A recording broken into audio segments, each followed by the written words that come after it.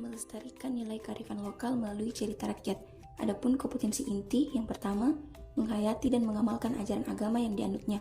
Yang kedua, menghayati dan mengamalkan perilaku jujur, disiplin, santun, peduli seperti gotong royong, kerjasama dan toleran, bertanggung jawab, responsif, dan proaktif dalam berinteraksi secara aktif sesuai dengan perkembangan anak di lingkungan, keluarga, sekolah, masyarakat dan lingkungan alam sekitar, bangsa, negara, kawasan regional, dan kawasan internasional. Yang ketiga, memahami, menerapkan, menganalisis pengetahuan faktual, konseptual, prosedural, dan metakognitif berdasarkan rasa ingin tahunya tentang ilmu pengetahuan teknologi, seni budaya, dan humaniora dengan wawasan manusia, kebangsaan, kenegaraan, dan peradaban terkait penyebab fenomena dan kejadian, serta menerapkan pengetahuan prosedural pada bidang kajian yang spesifik sesuai dengan bakat dan minatnya untuk memecahkan masalah.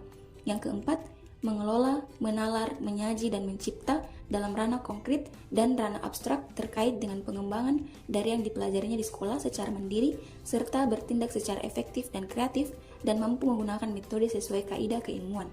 Masuk pada kompetensi dasar. 3.7. Mengidentifikasi nilai-nilai dan isi yang terkandung dalam cerita rakyat atau hikayat, baik lisan maupun tulisan. 4.3. Menceritakan kembali isi cerita rakyat atau hikayat yang didengar dan dibaca.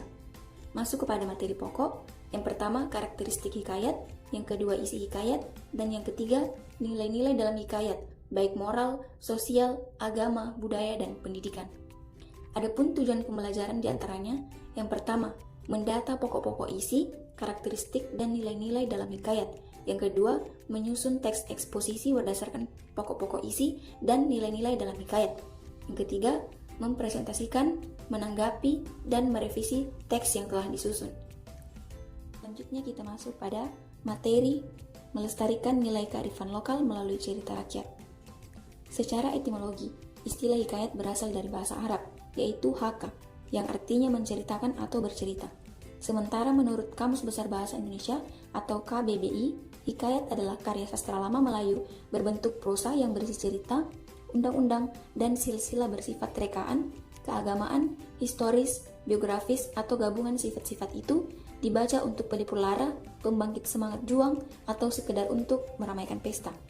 Hikayat bisa dibilang mirip cerita sejarah atau berbentuk riwayat hidup, yang di dalamnya banyak terdapat hal-hal yang tidak masuk akal dan penuh keajaiban.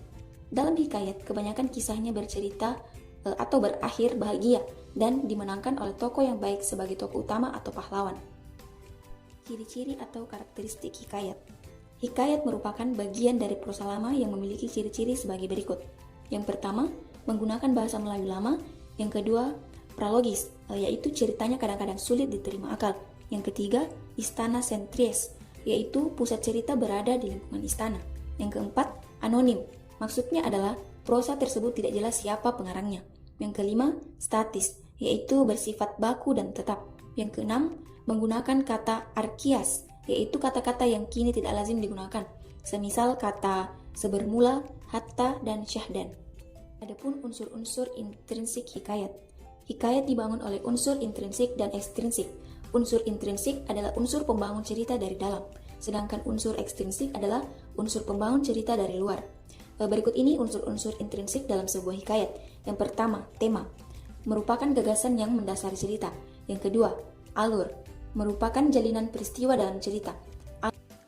Alur terbagi menjadi 3 bagian, yaitu alur maju atau lurus atau progresif, alur mundur atau flashback atau regresif, dan alur campuran atau maju mundur. Yang ketiga, latar, merupakan tempat, waktu, dan suasana yang tergambar dalam cerita. Tidak hanya alur, latar juga terbagi menjadi 3 bagian, yaitu tempat, waktu, dan suasana. Yang keempat, tokoh. Tokoh merupakan pemeran dalam cerita. Yang kelima, amanat, merupakan pesan yang disampaikan pengarang melalui cerita. Yang keenam, sudut pandang, merupakan pusat pengisahan dari mana suatu cerita dikisahkan oleh pencerita.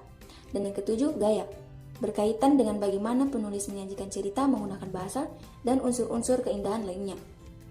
Selain unsur intrinsik, terdapat pula unsur ekstrinsik di dalam sebuah hikayat yang mempunyai hubungan dengan latar belakang dari cerita. Contohnya yaitu latar belakang adat, agama, budaya, dan lain sebagainya. Dalam unsur ekstrinsik, memiliki kaitan dengan nilai atau norma kehidupan dalam sebuah cerita. Misalnya, nilai moral, budaya, agama, dan masih banyak lagi lainnya. Masuk pada isi hikayat.